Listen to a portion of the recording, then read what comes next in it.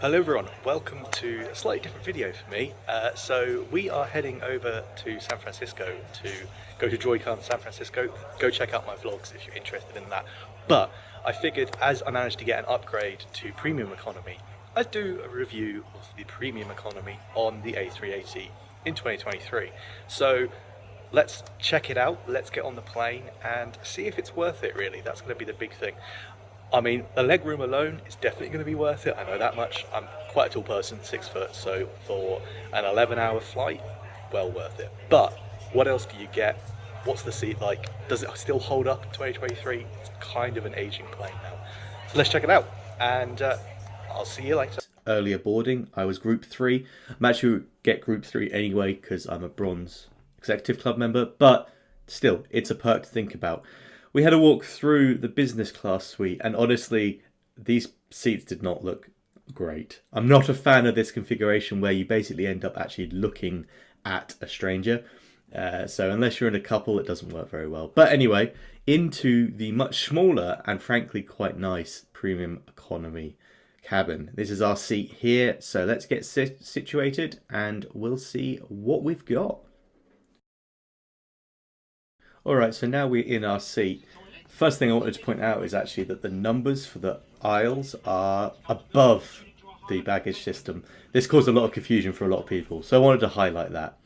But now we're in our seat, let's have a look at what we've got. So we actually get 2 USB ports, which is quite nice. I didn't actually use these, so I'm not sure if they were working on this flight.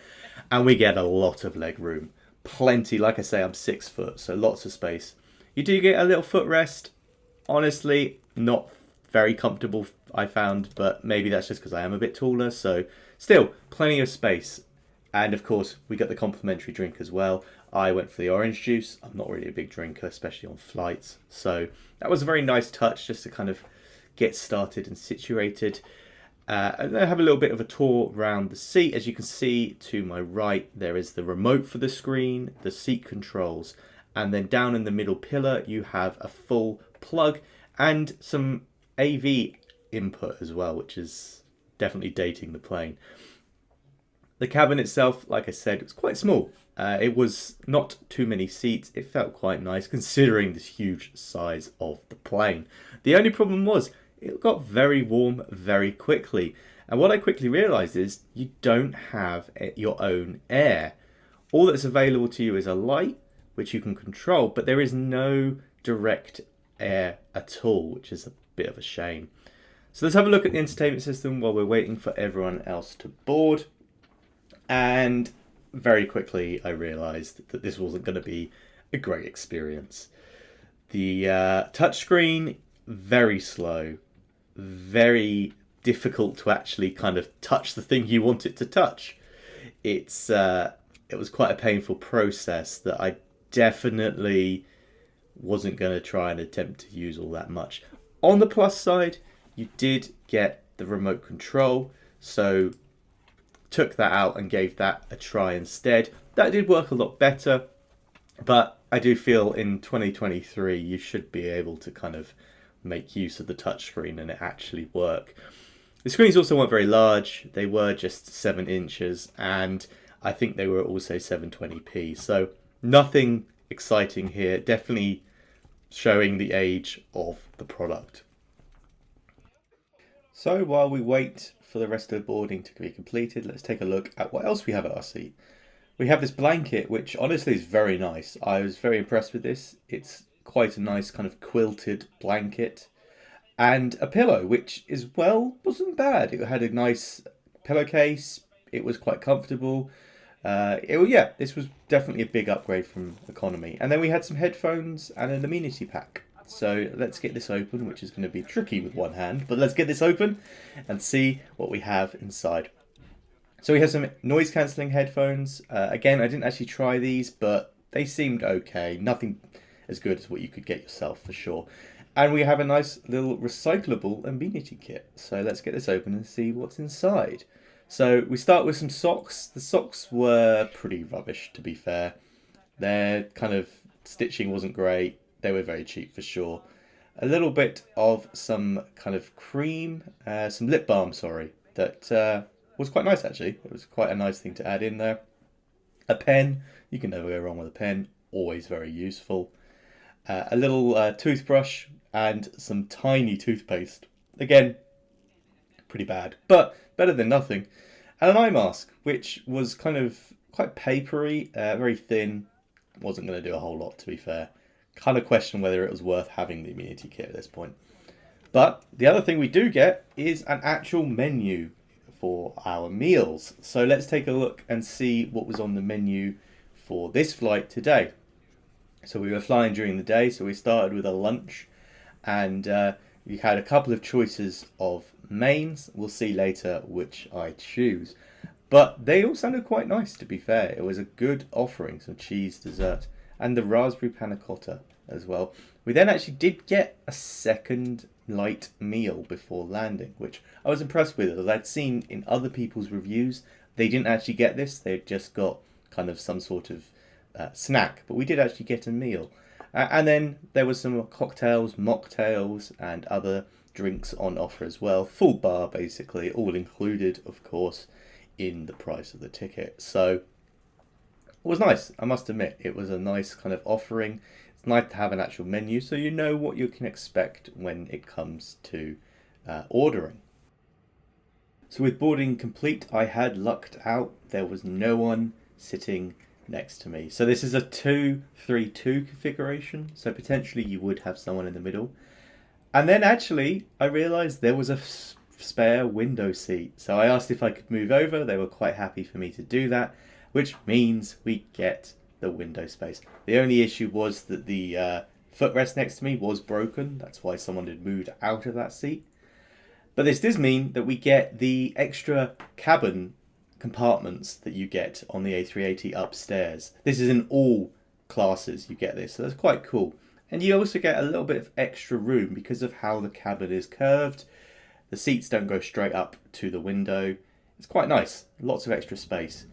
Which was useful really, because we then proceeded to spend 2 hours stuck on the tarmac.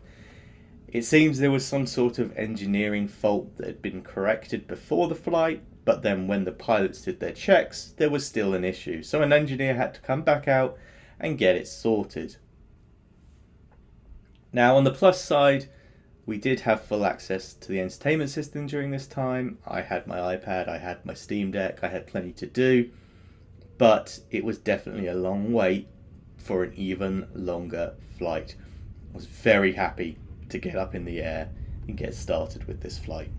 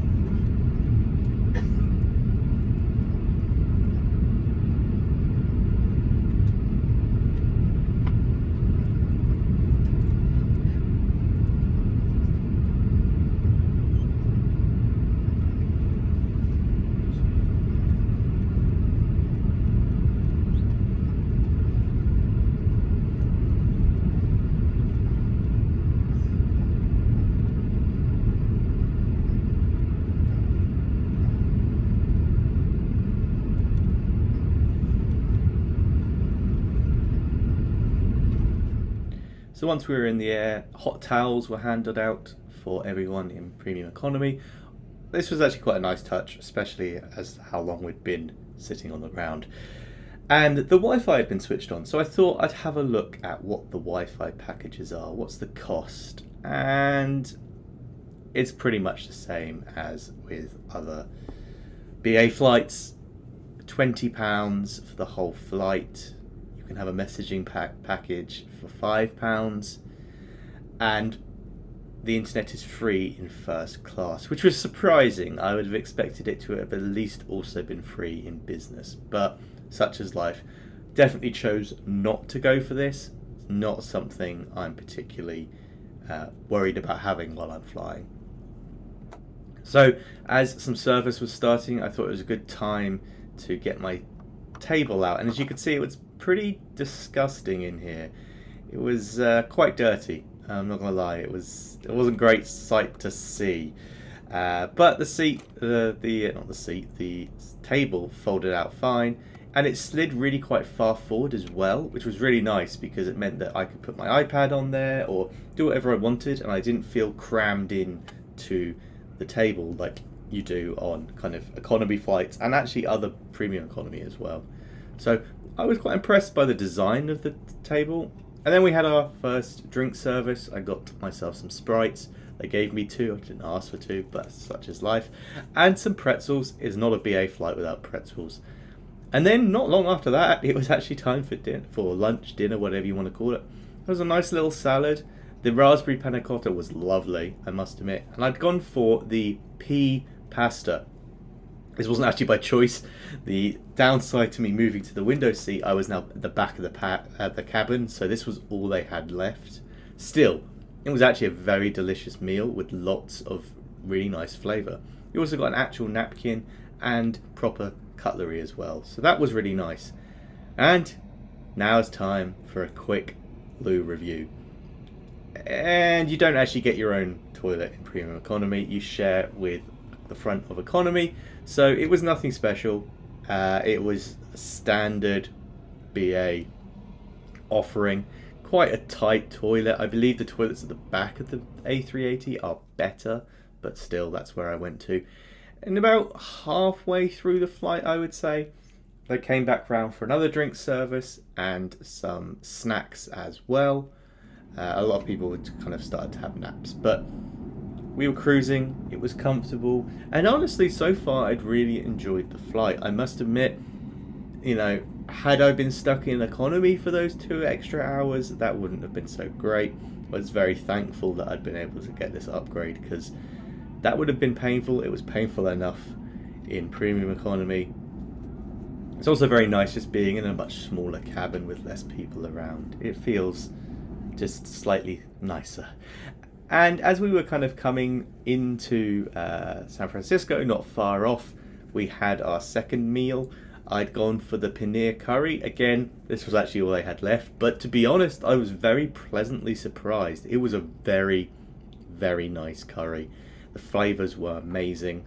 The brownie pot was delicious. The tea was good. I couldn't complain. But what I did kind of take some time as we were getting ready to land is to just look over the seat around me and realise just how beaten up and kind of grubby these seats were getting now, quite scratched. The screen was quite dirty and scratched up as well. As we saw earlier, the tray table area was pretty dirty as well. So it's definitely starting to show its age. But let's get landed, and then I will catch up with you with my final thoughts about this flight.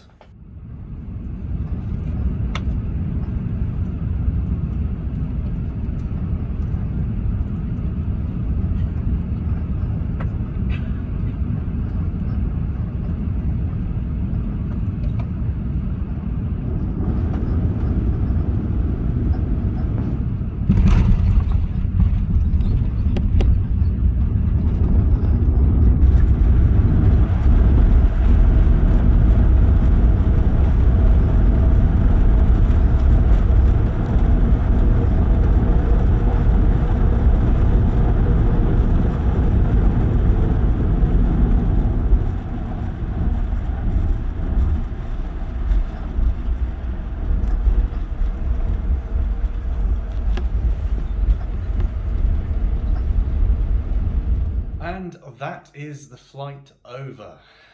That was a long one. I mean, it was a good 10-hour flight, plus the 2 hours at least delayed on the tarmac. But we are done. So, the big question, do I think Premium Economy or World Traveller Plus is worth it with BA? Overall, I'd say yes, definitely. The legroom was really good. The seat was comfortable. You know, at that length of a flight, very much worth it. Would I pay for it to go to like New York? Maybe not. But also, more specifically on the A380, it's getting dated now. It's not the best. It's not the best product across different airlines for sure. The screens are terrible. Everything's looking quite ratty. Things are broken. It needs a refresh, that's for sure. So I would definitely recommend, if you've got the choice and you're more interested about the comfort of your space as opposed to the plane you're flying on, definitely try and avoid the A380. If you are kind of like me and enjoy flying on an absolutely massive, ridiculous vehicle, it's ridiculous how that thing even flies, then go for the A380. But it definitely needs a refresh. Still, I think it was good, and I hope you enjoyed this video. Something a bit different for me. If you did enjoy it, please do hit that like button and make sure to subscribe. We've got lots of travel vlogs. We've got takeoff and landing flight videos. We've got, you can tell I'm tired. We've got all sorts of stuff. More of these reviews as well. I'll probably review the economy class on the way back. So yeah, that's it for now. Thank you very much for watching, and I will see you later. Bye for now.